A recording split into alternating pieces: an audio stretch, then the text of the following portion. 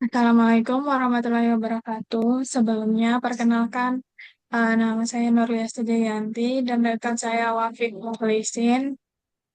Di sini kami membuat video sains data yang akan dilanjutkan oleh Wafik. Terima kasih Rianti.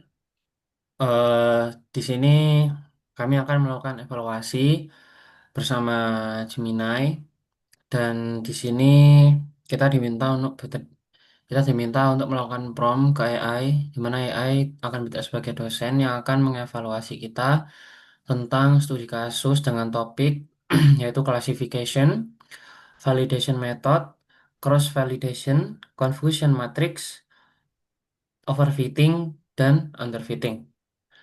Untuk itu langsung kita coba untuk prompt.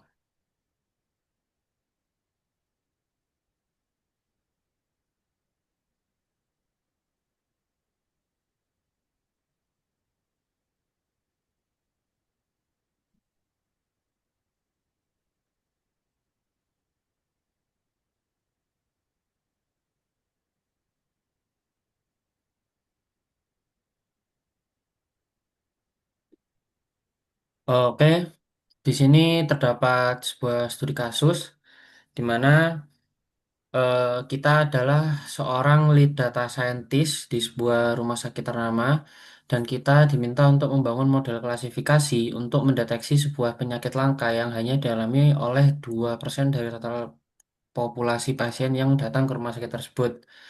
Nah, dapat dua skenario teknis, di mana yang pertama menggunakan algoritma decision tree sederhana yang dilatih pada seluruh dataset tanpa pembagian data, yang mana hasilnya itu menunjukkan akurasi 98%. Eh, Selanjutnya menggunakan model B dengan algoritma random forest dengan validasi yang divalidasi dengan k-fold cross validation dengan K sama dengan 10, yang mana hasilnya menunjukkan akurasi 94%, namun dengan skor recall yang jauh lebih tinggi dibanding model A. Terdapat empat pertanyaan. Yang pertama yaitu masalah generalisasi. Dengan pertanyaan itu, mengapa hasil akurasi 98% pada model A itu justru dianggap mencurigakan dan kemungkinan besar mengalami overfitting. Dan yang kedua tentang analisis confusion matrix, di mana dalam konteks medis ini manakah yang lebih berbahaya bagi pasien, false positif dengan maksud salah diagnosis sakit padahal sehat, atau false negatif salah diagnosis padahal sakit. Kaitkan alasan Anda dengan pemilihan metrik evaluasi selain akurasi. Selanjutnya tentang optimalisasi, di mana mengapa menggunakan 10 volt cross validation pada model B memberikan gambaran performa yang lebih jujur dibandingkan metode validasi pada model A. Dan yang terakhir adalah model diagnosa, di mana jika ternyata performa model sangat buruk baik di data training maupun data testing dengan akurasi misalnya hanya 50%, fenomena apa yang akan terjadi dan apakah itu termasuk underfitting atau overfitting, dan apa langkah selanjutnya untuk memperbaiki. Eh, Oke, mungkin di sini saya akan mencoba menjawab di soal nomor pertama dulu tentang masalah generalisasi. eh Menurut saya, akurasi yang terlalu tinggi, misal di contohnya itu 98%, seringkali menjadi apa ya, tanda atau tanda bahaya di dalam dunia data science, terutama jika validation metodenya itu digunakan hanya sederhana. Eh, Kenapa kemungkinan besar akan mengalami overfitting? Karena model itu kemungkinan hanya akan menghafal data training atau yang disebut dengan overfitting, dan bukan mempelajari dari pola data sebelumnya atau data yang ada. Dan hubungan dengan validasi itu, jika hanya model A diuji pada satu dataset testing saja yang kebetulan mirip dengan data training, hasilnya itu akan bias. Mungkin itu penjelasan dari saya bisa dijelaskan oleh Rianti. Oke, ke tambahan dari saya, kalau misalnya sebuah model punya akurasi sampai 98%, sebenarnya itu tidak boleh langsung percaya kalau model itu sudah sangat bagus.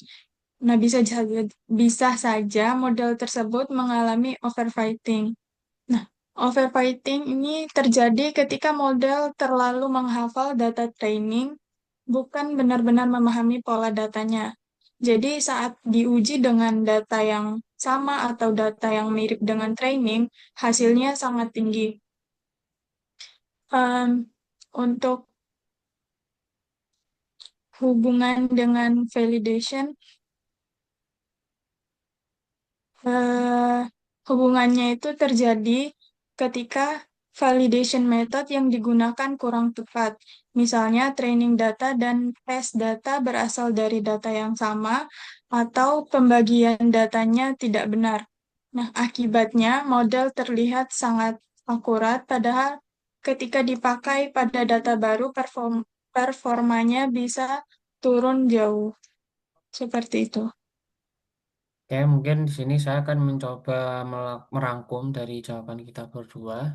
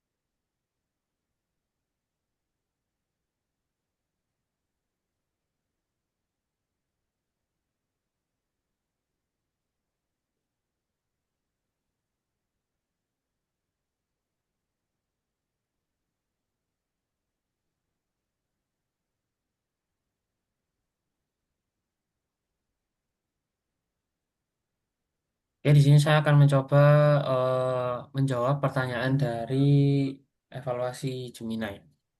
Eh, di sini yang ditandai pertama yaitu mengenai overfitting. Terdapat evaluasi tentang sudut catatan tambahan dari sudut sains data. Yang pertama itu tentang masalah generalisasi dan validasi. Jika model A yang dilatih pada seluruh dataset tanpa pembagian yang jelas sebenarnya tidak melakukan belajar melainkan menghafal. Dengan pada soal itu terdapat akurasi 98%. Mengingat kasus tersebut adalah penyakit langka, hanya 2% yang sakit jika model menebak sehat untuk semua pasien, akurasinya otomatis 98%. Dan hal ini yang disebut dengan akurasi paradoks. Dan yang kedua, validation method, di mana tanpa pemisahan data training dan testing yang ketat seperti hold out method atau cross validation, kita itu tidak punya alat ukur untuk mengetahui performa model pada data baru.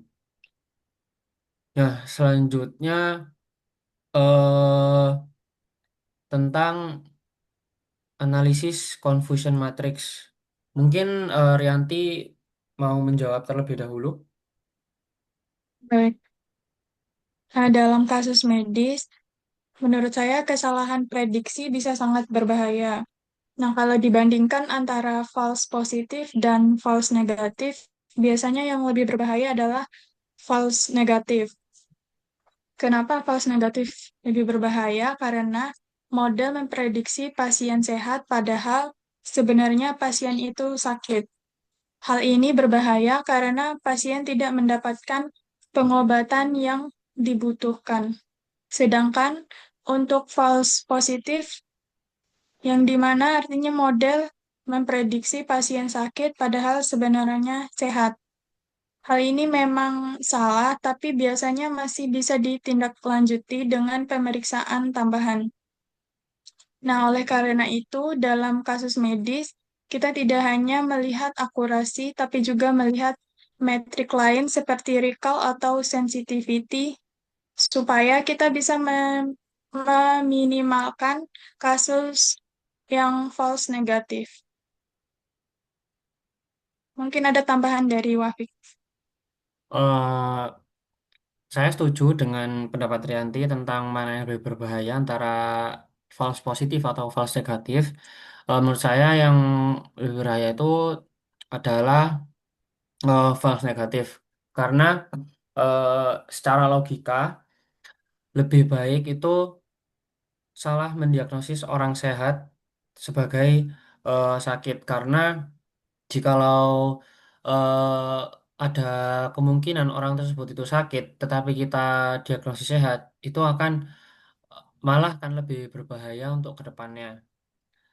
Karena mereka tuh hanya akan menjalani tes lanjutan. Namun jika orang sakit didiagnosis sehat, mereka itu tidak tidak akan apa ya mendapatkan pengobatan dan kondisinya bisa saja memburuk dan bahkan fatal. Nah, jika false positif yaitu salah diagnosis sakit padahal sehat itu eh, akan lebih baik karena mereka hanya akan menjalani tes lanjutan saja. Jadi lebih memastikan lagi bahwa orang tersebut itu eh, memang benar-benar sakit atau tidak.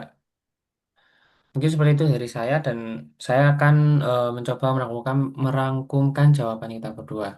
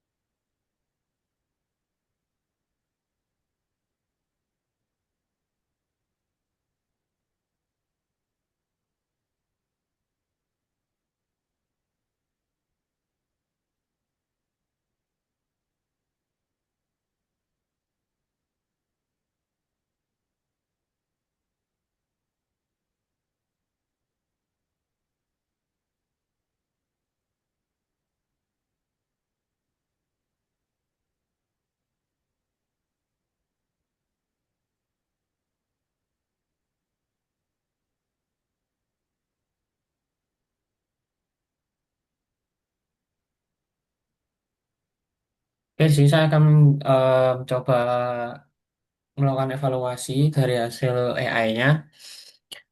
Jawaban dari AI-nya adalah memang false negatif karena jika pasien sakit tapi diagnosis sehat, maka mereka itu akan kehilangan golden period untuk pengobatan atau kehilangan kesempatan untuk mendapatkan pengobatan lebih lanjut yang bisa berakibat fatal. Sebaliknya, jika false positif itu memang dirugikan secara biaya atau psikologis, namun pasien tersebut itu biasanya akan menjalani tes ulang yang nantinya akan mengoreksi kesalahan tersebut. Nah,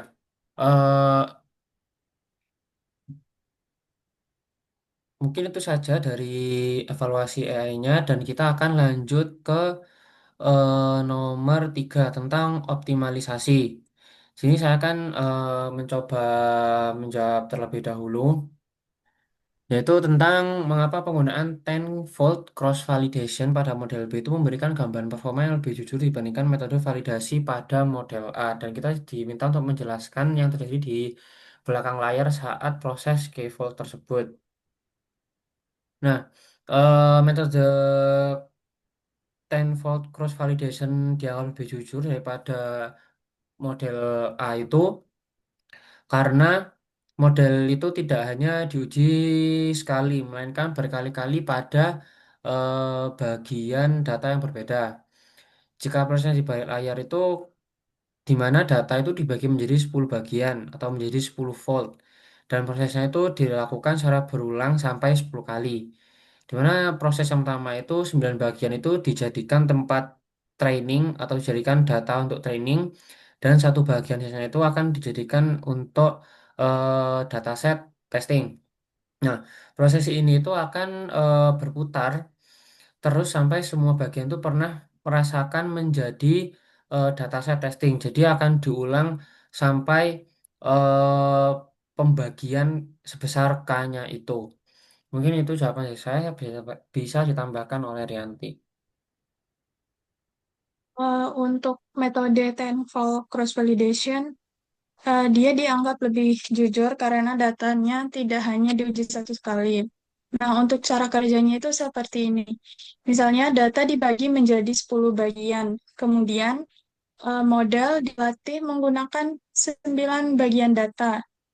Lalu, satu bagian digunakan untuk testing, dan kemudian proses ini diulang selama 10 kali sampai semua bagian pernah menjadi dataset. Nah, untuk proses di balik layar, model sebenarnya dilatih dan diuji berkali-kali dengan kombinasi data yang berbeda. Dengan cara ini, kita bisa mendapatkan rata-rata performa mode yang lebih stabil dan lebih mendekati kondisi nyata dibandingkan hanya sekali pembagian datanya. Oke, di sini saya akan mencoba merangkum jawaban kita.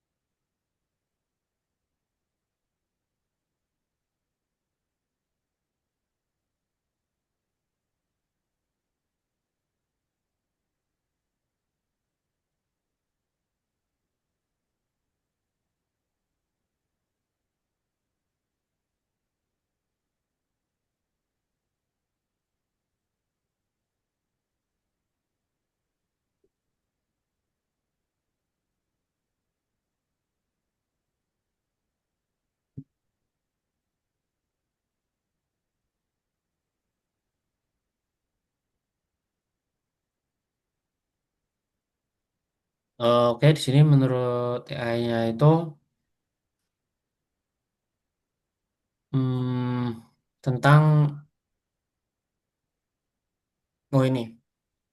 Di sini AI-nya menjawab tentang pada model B itu disebut lebih jujur karena nilai rata-rata dari 10 kali pengujian tersebut. Hal ini tuh membuktikan bahwa model Anda memang tangguh secara konsisten dan bukan hanya beruntung untuk mendapatkan testing yang mudah.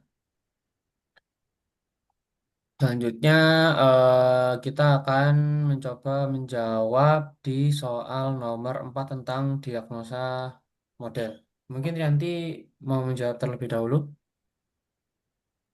Kayak bisa. Untuk diagnosa model, semisal performa model buruk baik di training maupun testing. Misalnya akurasinya hanya sekitar 50%, kemungkinan besar model mengalami underfitting. Nah, untuk underfitting ini terjadi ketika model terlalu sederhana sehingga tidak mampu menangkap pola dalam data.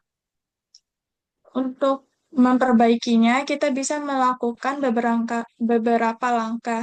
Misalnya, menggunakan model yang lebih kompleks, menambah fitur atau variabel yang lebih relevan, kemudian melakukan hyperparameter tuning, dan juga menambah jumlah data training. Nah, tujuan dari memperbaikinya ini supaya model bisa lebih memahami pola data dan menghasilkan prediksi yang lebih akurat. Mungkin ada tambahan dari Wahid. Oke. Menurut saya penyebabnya itu karena modelnya itu terlalu sederhana. Jadi modelnya itu akan susah untuk menangkap pola-pola yang kompleks karena setahu saya itu data itu pasti memiliki pola yang kompleks sekecil apapun data tersebut itu pasti ada saja pola yang sangat kompleks. Nah, selanjutnya itu tentang apakah itu underfitting atau overfitting. Jawabannya adalah underfitting. Nah, untuk langkahnya itu yang pertama sama dengan Rianti yaitu menambah kompleksitas di mana kita tuh dapat menggunakan algoritma yang lebih canggih atau yang terbaru untuk atau dapat menambahkan parameter baru. Nah, yang kedua itu bisa dengan fitur engineering, di mana kita dapat menambahkan variabel atau fitur baru yang lebih relevan dengan masalah. Nah, selanjutnya itu kita dapat memberikan batasan pada model dan eh sorry, kita itu bisa memberikan batasan yang terlalu ketat pada model dan melonggarkan sedikit agar model itu bisa melakukan training yang lebih fleksibel.